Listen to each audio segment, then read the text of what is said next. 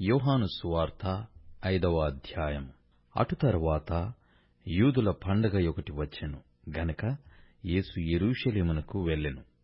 యెరూషలేములో గొర్రెల ద్వారము దగ్గర హెబ్రీ భాషలో బెతెస్దా అనబడిన ఒక కోనేరు కలదు. దానికి 5 మంటపములు కలవు. ఆయా సమయములకు దేవదూత కోనేటిలో దిగి నీళ్లు కదలించుట కలదు. నీరు కదలింపబడిన పిమ్మట మొదట ఎవడు దిగునో వాడు ఎట్టి వ్యాధి గలవాడైనను బాగుపడును గనక ఆ మంటపములలో రోగులు, గ్రుడ్డివారు, కుంటివారు, ఊచకాలు చేతులు గలవారు గుంపులు గుంపులుగా పడియుండిరి. అక్కడ 38 ఏండ్ల నుండి వ్యాధిగల ఒక మనుష్యుడుండెను. యేసు వాడు పడియుండుట చూచి వాడప్పటికి బహుకాలము నుండి ఆ స్థితిలోనున్నాడని ఎరిగి, స్వస్థపడగోరుచున్నావా అని వానినడగగా, ఆ రోగి, అయ్యా, నీళ్లు కదిలింపబడినప్పుడు నన్ను కోనేటిలోనికి దించుటకు నాకు ఎవడునూ లేడు గనక నేను వచ్చునంతలో మరియొకడు నాకంటే ముందుగా దిగునని ఆయనకుత్తరమిచ్చెను. యేసు, నీవు లేచి నీ పరుపెత్తుకుని నడువుమని వానితో చెప్పగా, వెంటనే వాడు స్వస్థత నొంది తన పరుపెత్తుకుని నడిచెను. ఆ దినము విశ్రాంతి దినము గనుక యూదులు, ఇది విశ్రాంతి దినము గదా, నీవు నీ పరుపెత్తుకొనదగదే అని స్వస్థత నొందిన వానితో చెప్పిరి. అందుకు వాడు, నన్ను స్వస్థపరిచినవాడు నీ పరుపెత్తుకుని నడువుమని నాతో చెప్పెననెను. వారు, నీ పరుపెత్తుకుని నడవమని నీతో చెప్పిన వాడెవడని వానిని అడిగిరి. ఆయన ఎవడో స్వస్థత నొందిన వానికి తెలియలేదు.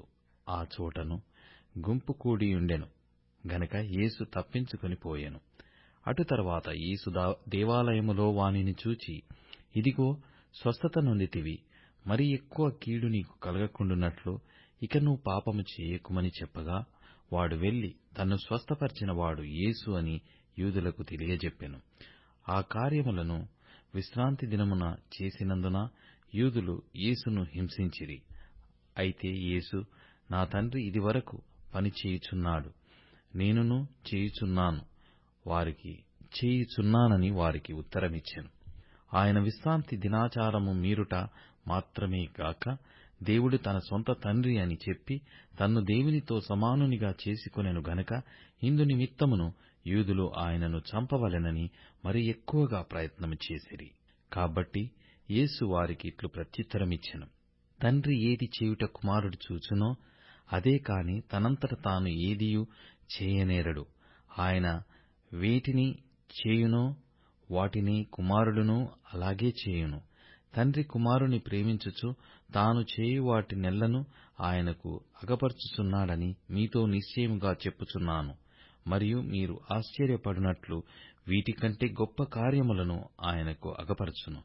తండ్రి మృతులను ఎలాగు లేపి బ్రతికించునో అలాగే కుమారుడును తనకిష్టము వచ్చిన వారిని బ్రతికించును.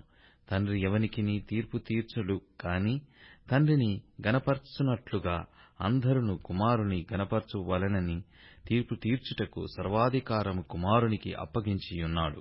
కుమారుని గనపరచనివాడు ఆయనను పంపిన తండ్రిని గనపరచడు. నా మాట విని నన్ను పంపిన వానియందు విశ్వాసముంచువాడు నిత్య జీవము గలవాడు. వాడు తీర్పులోనికి రాక మరణములో నుండి జీవములోనికి దాటియున్నాడని మీతో నిశ్చయముగా చెప్పుచున్నాను. మృతులు దేవుని కుమారుని శబ్దము వినుగడియ వచ్చుచున్నది, ఇప్పుడే వచ్చియున్నది. దానిని వినువారు జీవింతురని మీతో నిశ్చయముగా చెప్పుచున్నాను. తండ్రి ఎలాగు తనంతట తానే జీవము గలవాడై ఉన్నాడో అలాగే కుమారుడును తనంతట తానే జీవము గలవాడై యుండుటకు కుమారునికి అధికారము అనుగ్రహించెను. మరియు ఆయన మనుష్య కుమారుడు గనక తీర్పు తీర్చుటకు తండ్రి అధికారము అనుగ్రహించెను. దీనికి ఆశ్చర్యపడకుడి.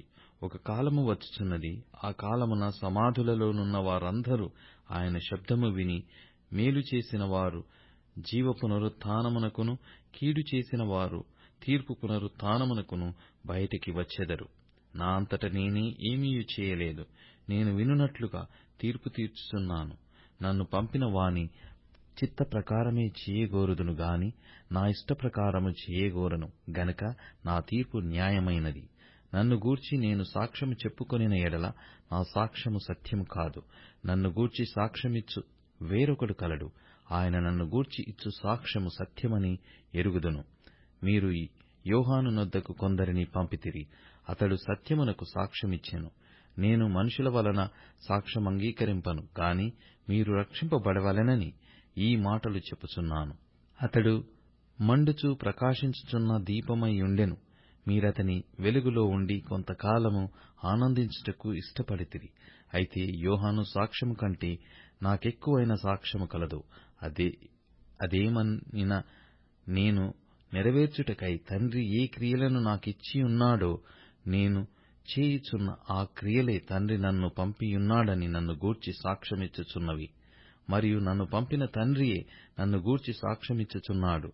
మీరు ఏ కాలమందైనను ఆయన స్వరము వినలేదు, ఆయన స్వరూపము చూడలేదు. ఆయన ఎవరిని పంపెనో ఆయనను మీరు నమ్మలేదు గనుక మీలో ఆయన వాక్యము నిలిచియుండలేదు. లేఖనముల యందు మీకు నిత్యజీవము కలదని తలంచుచు వాటిని పరిశోధించుచున్నారు. అవే నన్ను గూర్చి సాక్ష్యమిచ్చుచున్నవి. అయితే మీకు జీవము కలుగునట్లు మీరు నా యొద్దకు రానొల్లరు. నేను మనుషుల వలన మహిమ పొందు వాడను కాను. నేను మిమ్మును ఎరుగుదును. దేవుని ప్రేమ మీలో లేదు. నేను నా తండ్రి నామమున వచ్చియున్నాను, మీరు నన్ను అంగీకరింపరు. మరి ఒకడు తన నామమున వచ్చిన ఎడల వానిని అంగీకరింతురు. అద్వితీయ దేవుని వలన వచ్చు మెప్పును కోరక యుగని వలన ఒకడు మెప్పు పొందుచున్న మీరు ఎలాగు నమ్మగలరు? నేను తండ్రి యొద్ద మీ మీద నేరము మోపుదునని తలంచకుడి. మీరాశ్రయించుచున్న మోషే మీ మీద నేరము మోపును. అతడు నన్ను గూర్చి వ్రాసెను గనుక మీరు మోషేను నమ్మినట్టయిన నన్నును నమ్ముదురు. మీరతని లేఖనములను నమ్మని ఎడల నా మాటలు ఎలాగు నమ్ముదురనెను.